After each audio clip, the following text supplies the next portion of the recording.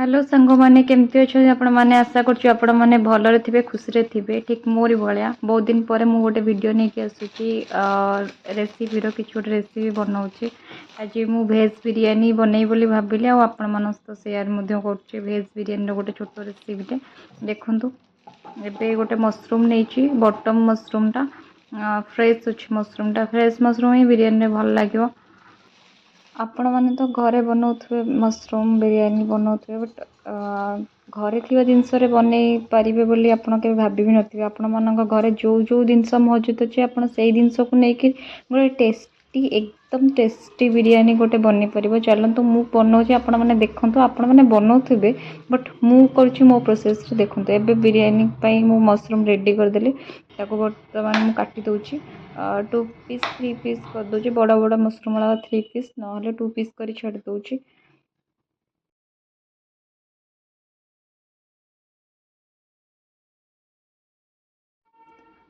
तापर मुझे नौचे अदा और रसुण आउ टमाटो से टमाटो अदा रसुण पेस्ट करी तादे किसी गोटा मसला नहीं एपटे मु मसरूम रे किसी मसला गोलूची गोटे गोटे चामच ने जीरा धनिया जहाँ भी रखिए चिकेन मसला आउ गोटे पैकेट ने बिरियानी मसला मुझे जो पेस्ट रखी से आड कली सहित दही आड कली गोटे बाउल दही आ लुण हल्दी आ लंका पाउडर आपणकर टेस्ट अनुसार लंका पाउडर ने आपण मैंने राग खाती जदि ने भलरे मिक्स करने भलरे मिक्स किसी समय छाड़देवे थोदेवे एपटे मु भात पाइका नहीं जाइए पानी आउ गोटा मसला आ लुण पकई भात रे बिरियानी राइस कर माने लुण सफिसीयंट पकेबे अब गोटा मसला पकेबे लेंबू टिके चिपुड़ी लेंबू रस नौची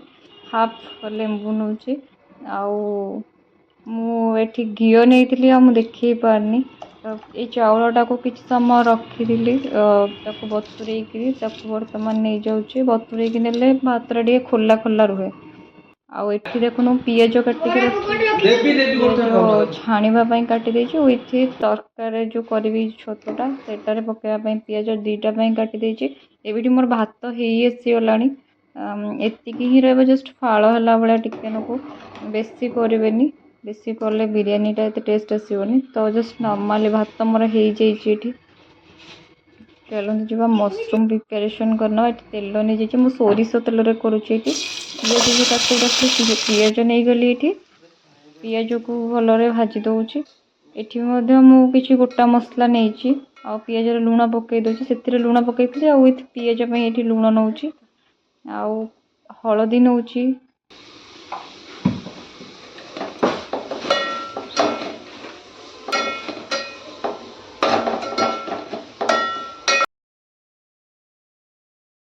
ये मसरूम को मैरिनेट कर रखी आम तो पिज पकई दूची ये आम भल कर मिक्स कर नवा मसरूम सहित पिज भल कर मिक्स कर नवा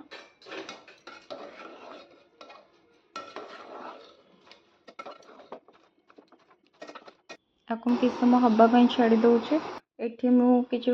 तेल नौची पिज छाणीवाई जोटा कि आम बिरियानी लेयर देला बेले यूज करवा लेयर पे किसी पिज नहीं छाणीवाई पिजर टे रेड अंश आसीगले पिजटा को आम काटदे तेलर ये ठंडा हो गला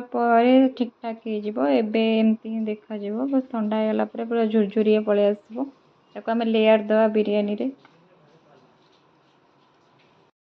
ये किसी मु आलू नौची बिरियानी रे आलूटा पकेले बढ़िया लगे कोलकाता स्टाइल नौची मु आलू कोलकाता लोक मैंने आलू पकाते बिरियानी रे तो आम ये आलू ऐड कले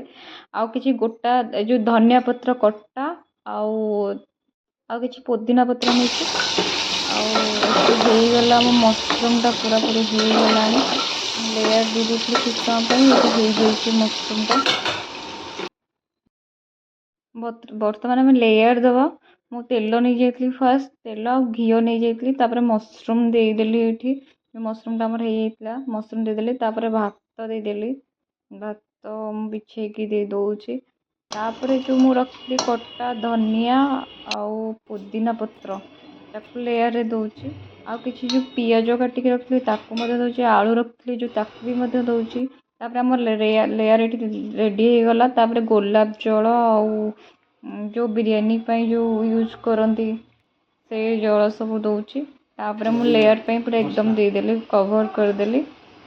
ये कवर हो गला। देखो आम बिरयानी रेडी केमती देखा जाउछि देखो बहुत पूरा टेस्टी क्रिस्पी क्रिस्पी माने लोभ आसी देखिले। चलतु एबे खाई नवा आपण मैंने भी आपण घरे एमतीका माने जस्ट आपण घरे जो जो जिनस अच्छी ताकू नहीं गोटे सुंदर बिरयानी प्रस्तुत करें। किसी बिरयानी करवा बड़ कथा नुहे। आपण मन घरे जहाँ अच्छी ताकू नहीं गोटे टेस्टी बिरयानी बनई पारे।